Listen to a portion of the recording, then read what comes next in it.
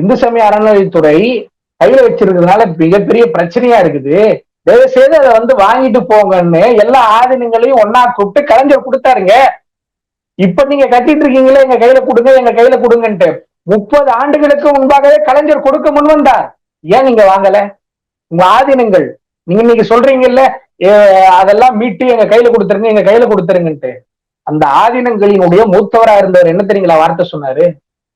இவங்களை நம்பி எல்லாம் கொண்டு போய் கொடுத்துடாதீங்க, கொடுத்துருங்கன்னா 1 வருஷத்துக்குள்ள இங்க இருக்கிற சொத்தெல்லாம் தின்னுட்டு ஏப்ப விட்டு விடும்.